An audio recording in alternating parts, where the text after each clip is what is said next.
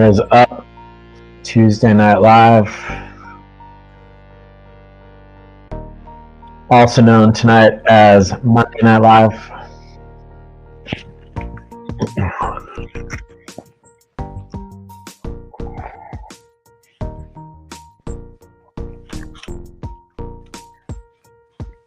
How are y'all doing?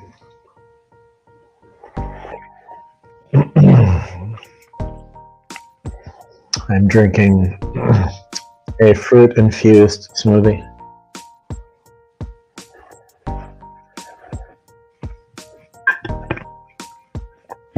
Oh, hello, Tessa.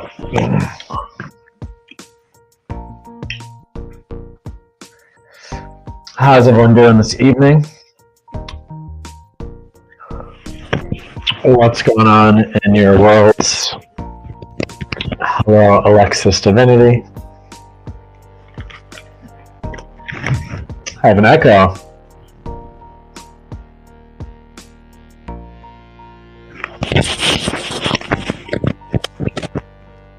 Well, shit. How about now?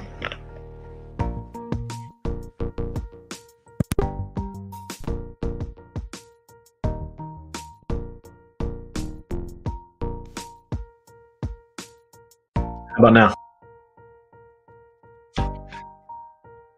Check. Mic check.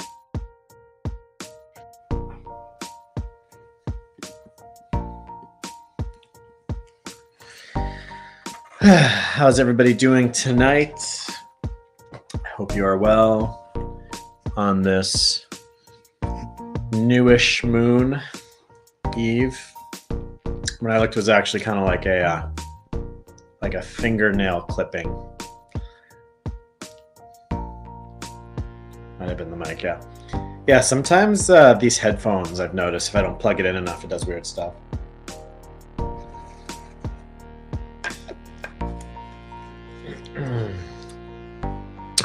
Thank you all for joining me this evening. It's nice to see you. Let me know if there's anything you would like to hear about this evening.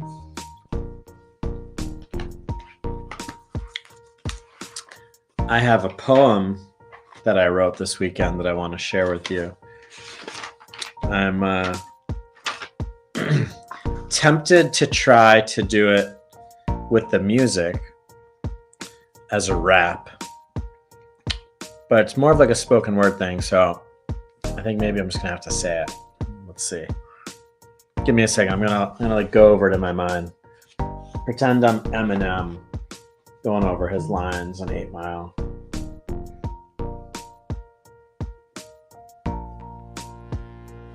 No, I don't think it works.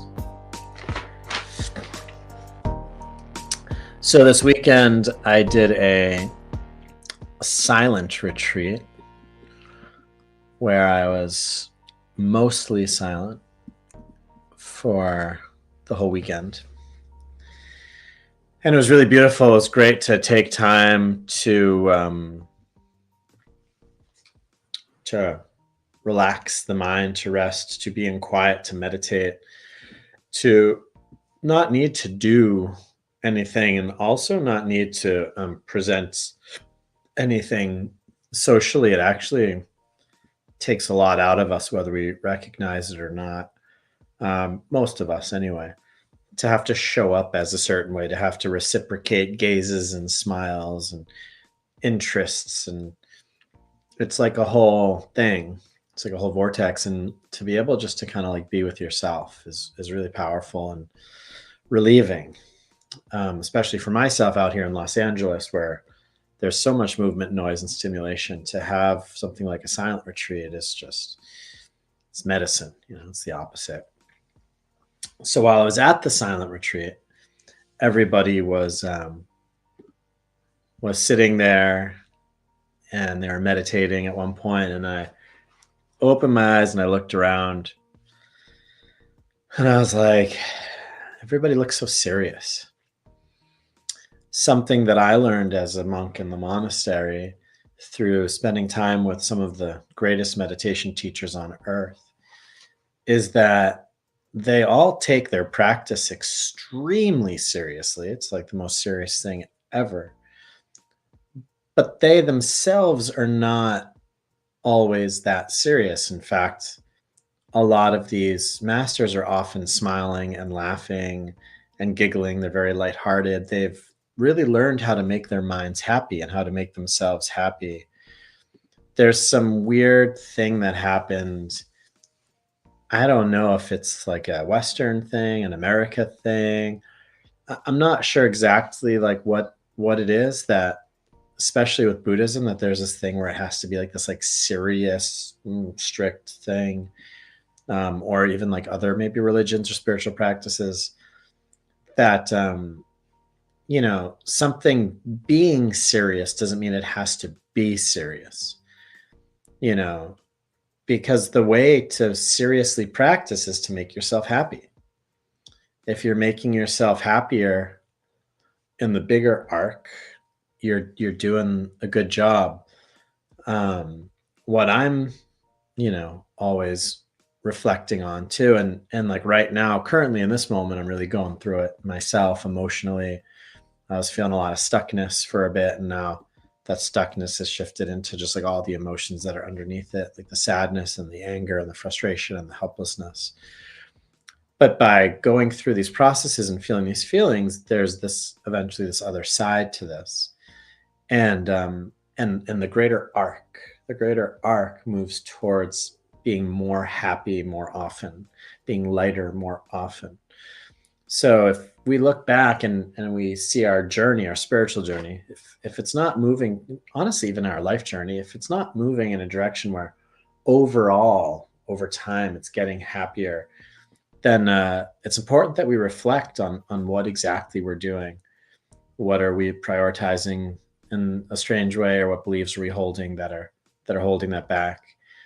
Um, Happiness is an important measure of success, of inner success, is happiness. And honestly, even people that strive for external success, it's because they believe it'll bring them happiness. If they didn't, they wouldn't do it. So at the end of the day, we're all really looking for happiness. But happiness is a journey. And one of my clients, his name is Zishan.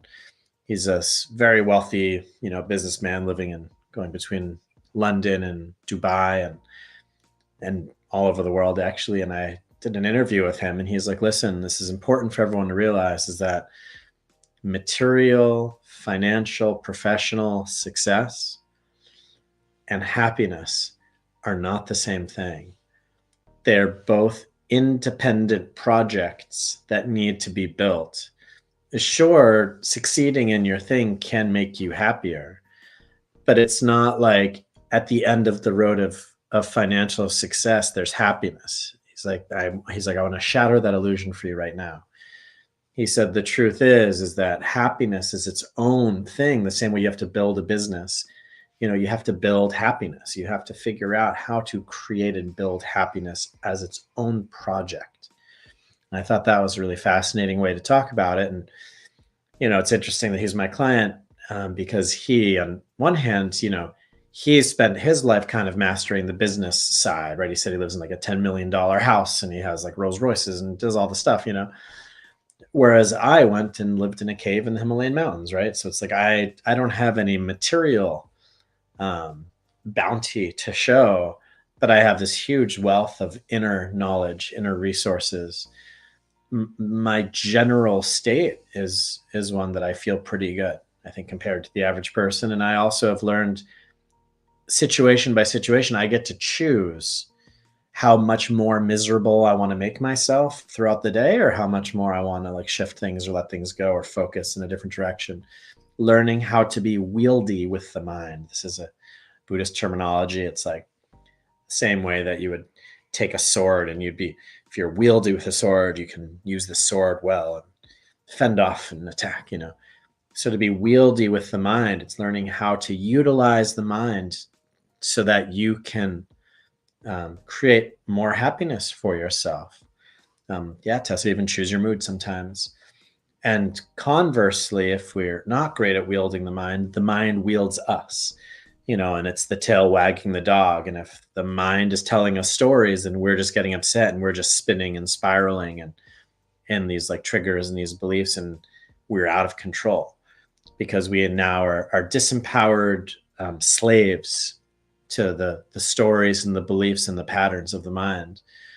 And we are no longer in the driver's seat. Our frustration is in the driver's seat. Our anger is in the driver's seat. Our victim story is in the driver's seat.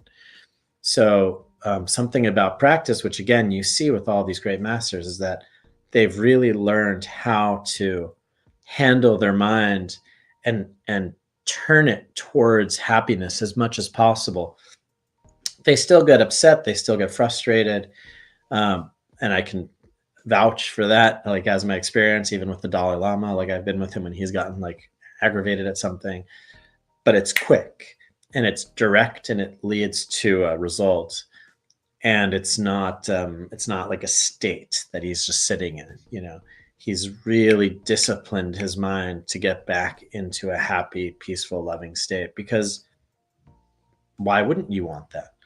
Right? That it's kind of like this choice. It's like when you realize that happiness feels good and you want to feel good, then you get to choose. You get to choose that.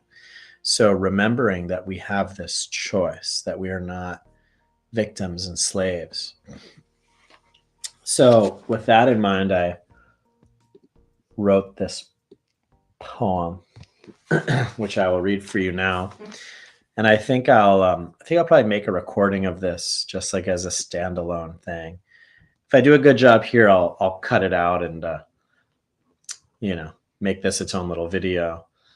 But I think I'm gonna like record myself saying it maybe and do it in a different way. Okay, so here it is. Seriously. Be as serious as possible. That's what they say. Be really fucking serious. That is the way. Really trying harder makes you a good boy or girl. Forcing yourself onwards. That's how to get ahead in the world. Stuff it down. Get all tight. Get so wound up that you're going to get in a fight. Or get cancer. But isn't that the answer? I mean, being serious is what the greats told us, right? Jesus on the cross, I am the light. My life lost, for your sins the cost. And if you laugh, you'll suffer my eternal wrath. Or maybe it's more simple. Like the dancing Sufis wiggle. Or the Dalai Lama's giggle. They seem to hold a joyful vigil. And they trickle, play, till our upturned frowns rise to meet our dimples. Hey. Or be more serious. With that answer, your pants turn wet with sweat and crying eyes burn as you yearn to forget the ticking clock of life's regret and morning days we didn't play, our lives torn with cortisol, beer, and porn, trying to feel something in our dopamine war. And we can't say we didn't try, but trying while dying is the biggest lie. As if there were somewhere to get to beyond this space and time. And so we work harder, still nothing to show, except the dust from our lives we've ground into stone. And please, oh please, put down your phone. Don't you know it makes you more alone? Who has time for love when you're searching for likes? And we fight for a seat at the table, to be blessed that someday, though not today, we get to stop and be grateful. As if you weren't already able, or the present beauty were a fable, and the big love affairs messages you weren't able to read And I plead with you, read the message coming through. For all that is stable, really stable, besides this moment, is when you're 6 feet underground as a permanent picnic table. Isn't that painful? So be seriously grateful. And if you're bold, really bold, even be a bit more playful.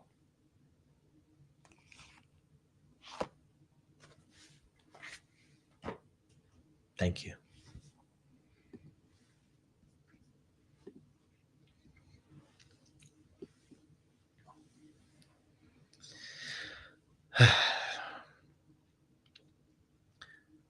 We have this amazing opportunity as humans to be in control, to know that we know. Homo sapiens sapiens. We are aware that we have awareness. Other animals, they're out of control. They kind of just follow their urges. And we have our animal side. We have our biology that wants to do the same thing and at times does.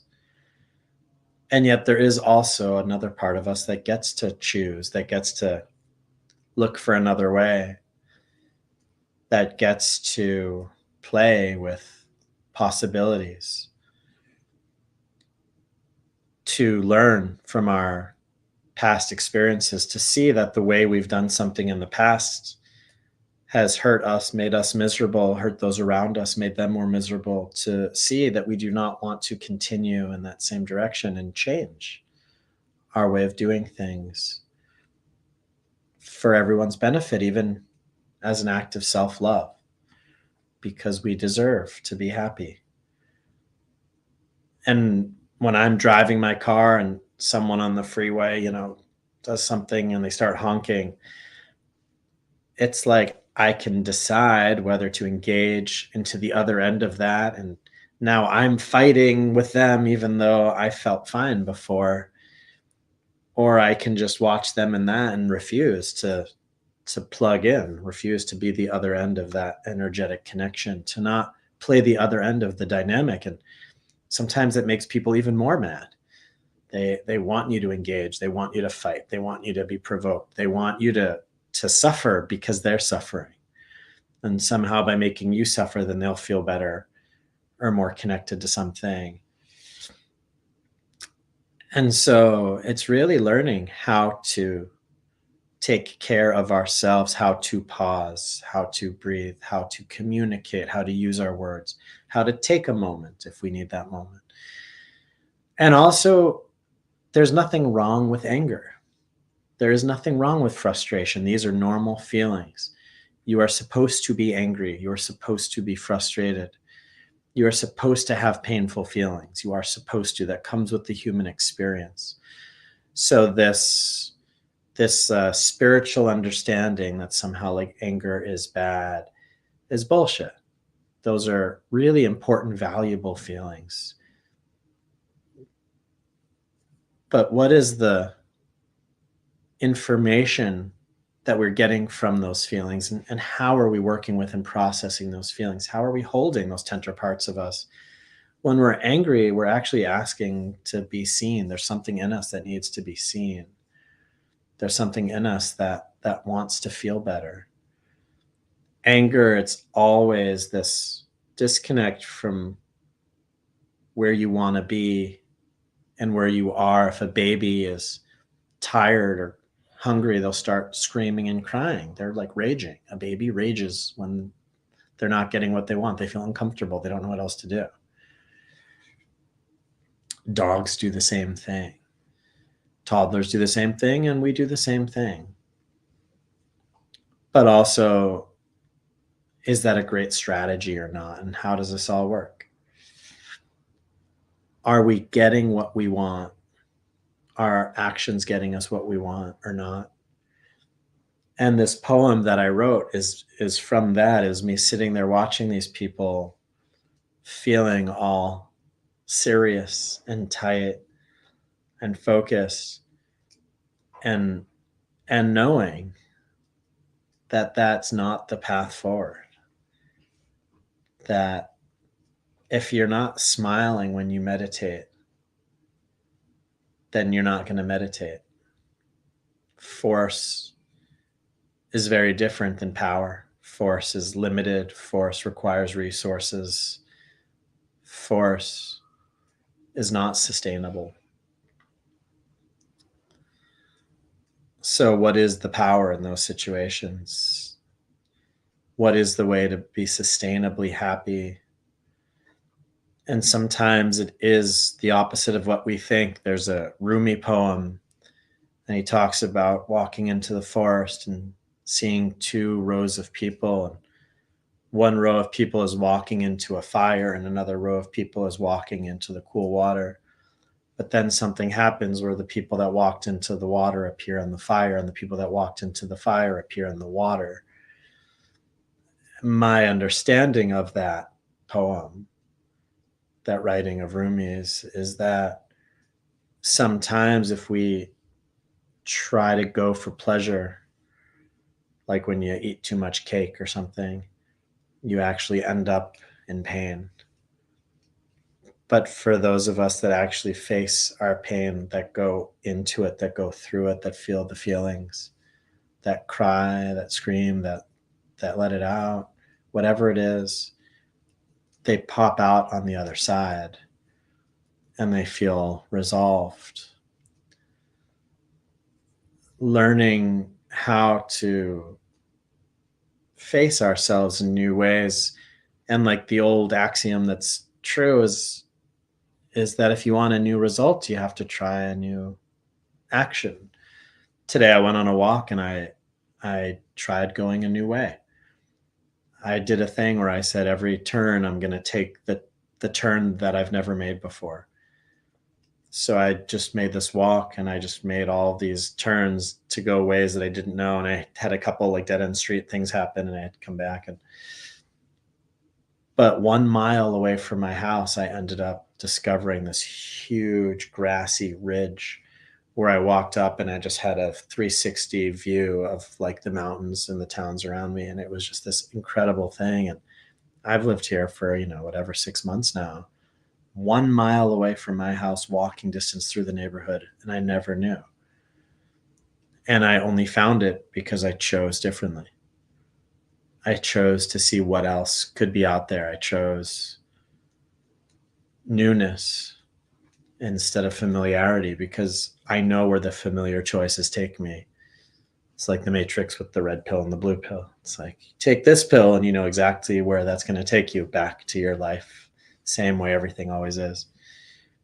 But if you take this other pill, you get to make a new experience. So that's a choice that's before us all and every moment. As the Buddha says, the Dharma, the teachings, the truth is always available.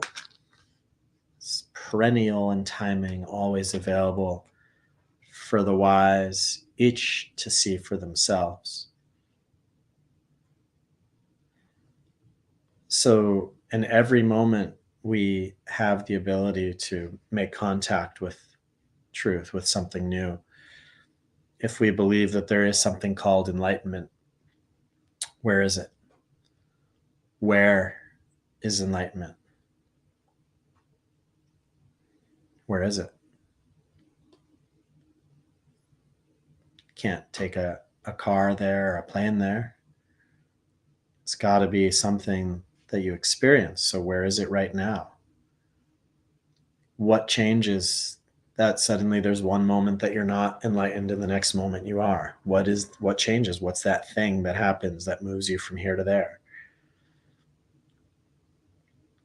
The more that I thought about that, the more I realized that enlightenment has to be right here. It's embedded in this very moment of experience somewhere. But I just haven't seen it. And often when the Buddha would talk, the monks and different people that heard it, they would make these exclamations about how great what he just said was. And one of the things that I'd hear often is And from the texts, they would say, it's as if you brought light to a room that's been dark. It's as if you turned something upright that was upside down. It's like as if you just took my world and you tipped it over and suddenly I saw it and it made sense. So what is that thing right now in this moment that just needs to be shifted? What one thing, what perspective right now in this moment can you just shift? And suddenly there's liberation right there, just waiting for a little micro shift to occur. When I was listening to Michael Singer's book, The Untethered Soul, he talked about it like when he started realizing that he wasn't his thoughts, he wasn't his mind, that suddenly he's like, wait, I'm the one listening to the mind, but I'm not the thoughts themselves. I don't actually even have to believe anything the thoughts are saying. That he had that moment where suddenly he identified with the awareness and not the content, the awareness, but not the thoughts themselves. So it's right here. It's right here. It's always here. They say Buddha nature, it's always with us. Just waiting to be discovered, waiting to be uncovered, waiting for us to release everything that it is not, as it were. To,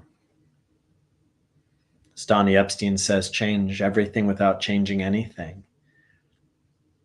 Just some new perspective that suddenly opens up this whole thing into a brand new experience.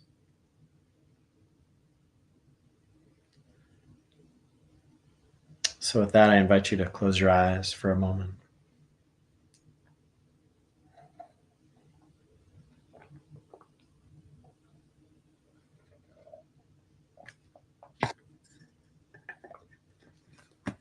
With your eyes closed, taking a few deep breaths.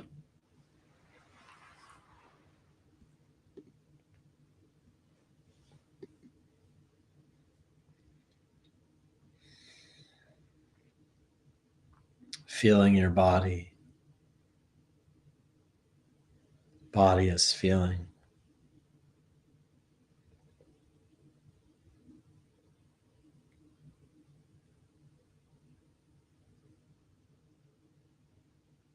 I feel my body. So who is this I that's floating inside of this space of your body? I am seeing blackness. Who is seeing this blackness? I had a thought. Who had that thought?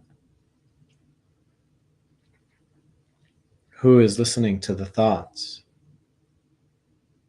Who's feeling the body? Who sees through the eyes? Who is listening to Seth talk right now?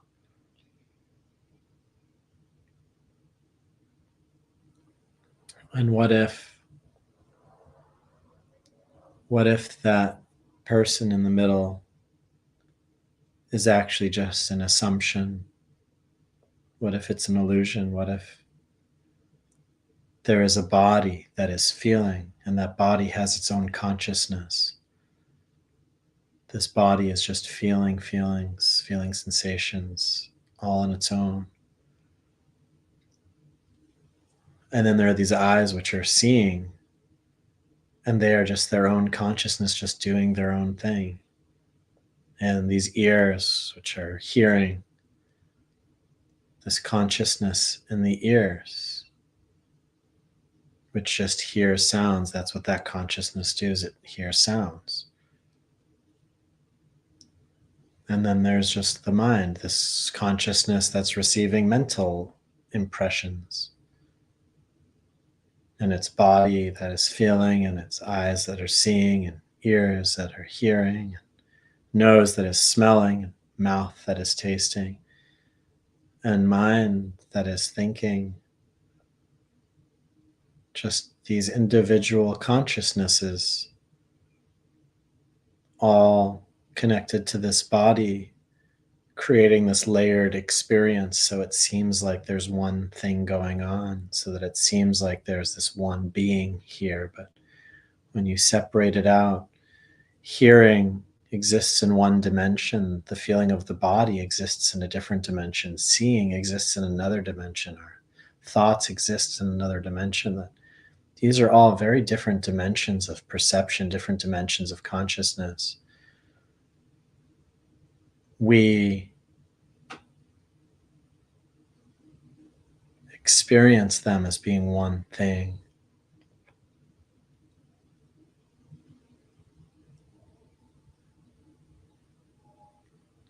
But what if we could see our six consciousnesses as just separate, independent sensory apparatuses: seeing, hearing, feeling, smelling, tasting, cognizing.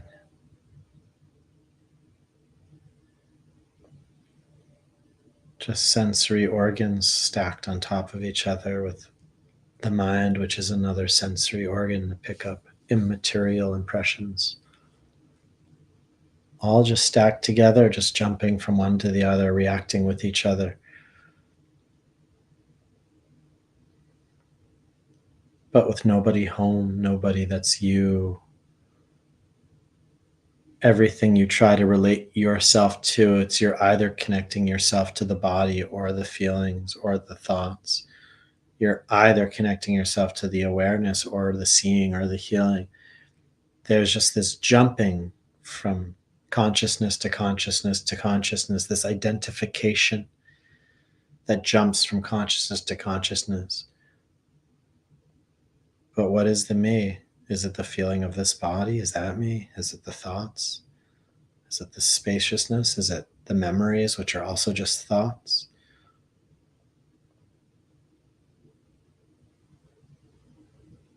What if there was no me? There never was a me. What if it's been this big assumption?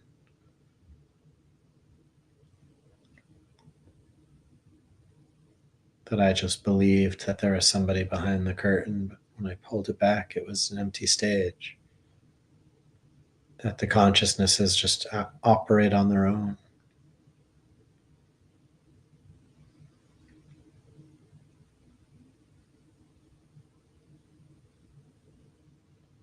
Is that terrible? Is it terrifying? Is it liberating?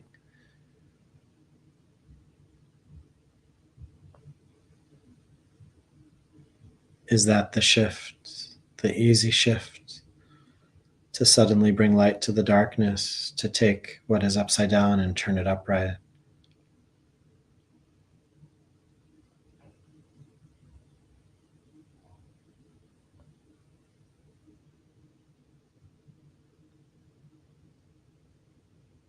The exquisite joy and peace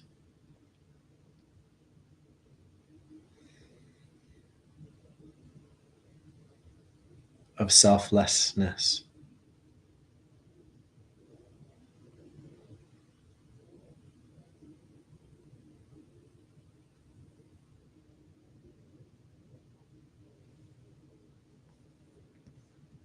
Allowing the body to take some breaths into that.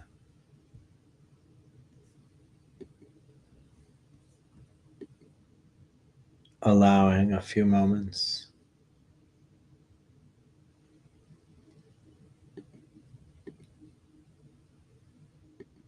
for body, for mind,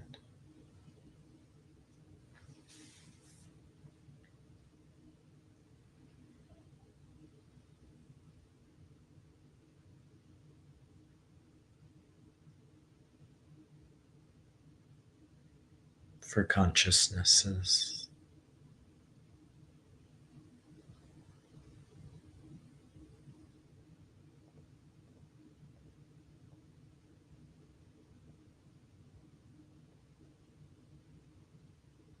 The illusion of self.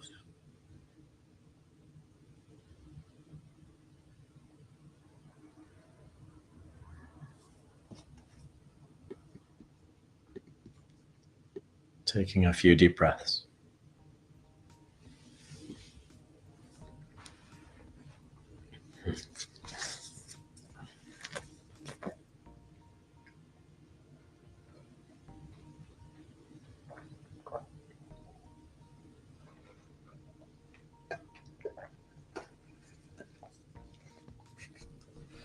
And when you're ready,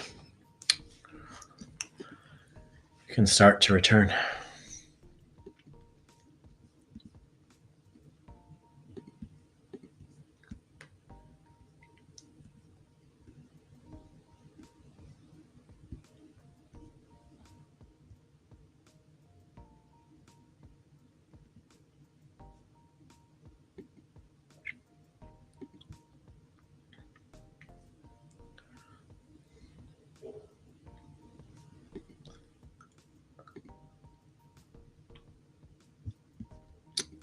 How was that for everybody? What did you experience?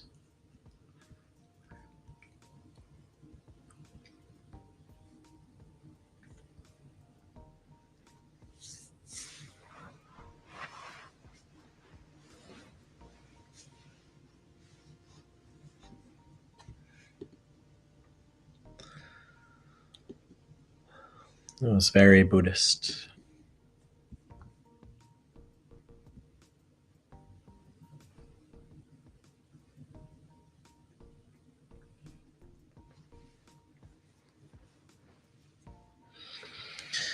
That state, that realization is something that I came to while I was in the monastery, and I can kind of shift back and forth from that place.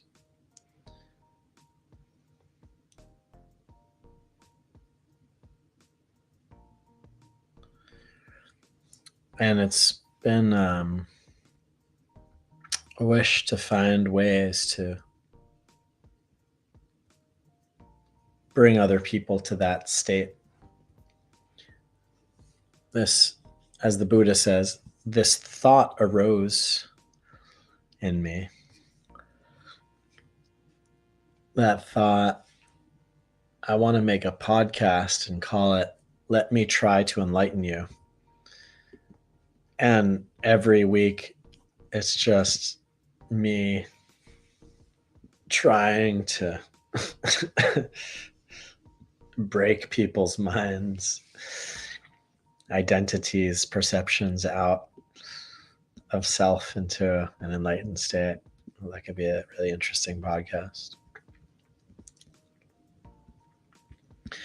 So, a couple announcements. Firstly, I am leading a 1-month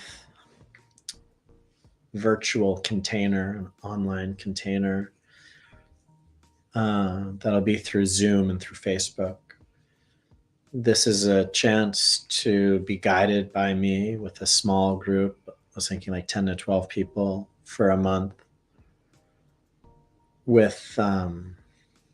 Within that, you do get a one-on-one session with me. You'll have assignments for partner exercises. There will be a group call each week. There will be homework. There will be special guests, little special assignments. It's going to be fun. It's going to be powerful. It's going to be a lot. It's going to be like a very transformational month. And my thought is to start that in March. So kind of like a March Madness, as it were. So to create the Spiritual Accelerator program for 1 month, starting March 1st. If anybody is interested in such a thing, if you think that you are at a point in your life that you would benefit from that you would love to commit to and focus on your spiritual, mental, and emotional development over the course of the next month, I would highly, highly, highly encourage you to consider joining. It's going to be me offering the best of what I've got.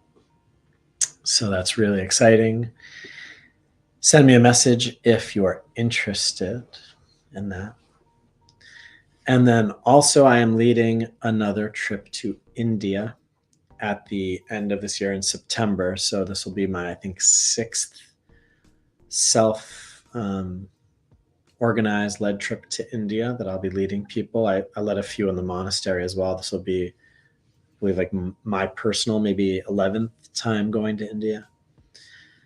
This time we'll be going to the Himalayas, to Dharamsala, where the Dalai Lama and the Tibetan community is.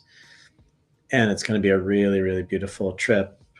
It's going to involve a lot of nature. We'll do like a hike up into the mountains and camp up there by this beautiful lake. We'll visit some local villages and some nunneries. We'll have time to visit the monastery, and we'll visit some sacred sites and temples, including the Dalai Lama's temple. And then there'll be a lot of shopping opportunities. This is one of people's favorite things. As you can see, my whole back wall here, things that I got in April from my trip to Dharamsala. Yeah, delicious food. We'll be staying on an organic farm. The accommodations are there. So it's just going to be a really cool trip. A lot of my previous India trips have been busy, a lot of traveling, trying to cover a lot of ground.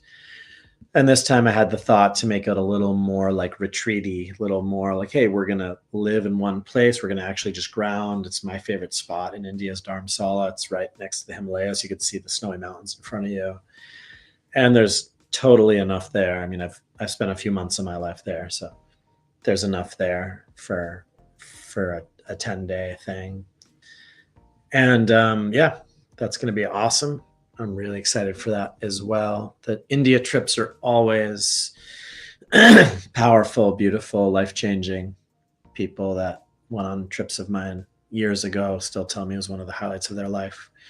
So if that's calling to you, if you feel like India is in your cards for this year, for September, also reach out to me. Spaces on the trip are also limited. And lastly, I am opening one last spot for someone to work one-on-one with me. I just did that, and that spot was already filled. And I was like, all right, I'm good. And I kind of had a thought, and I was like, you know what?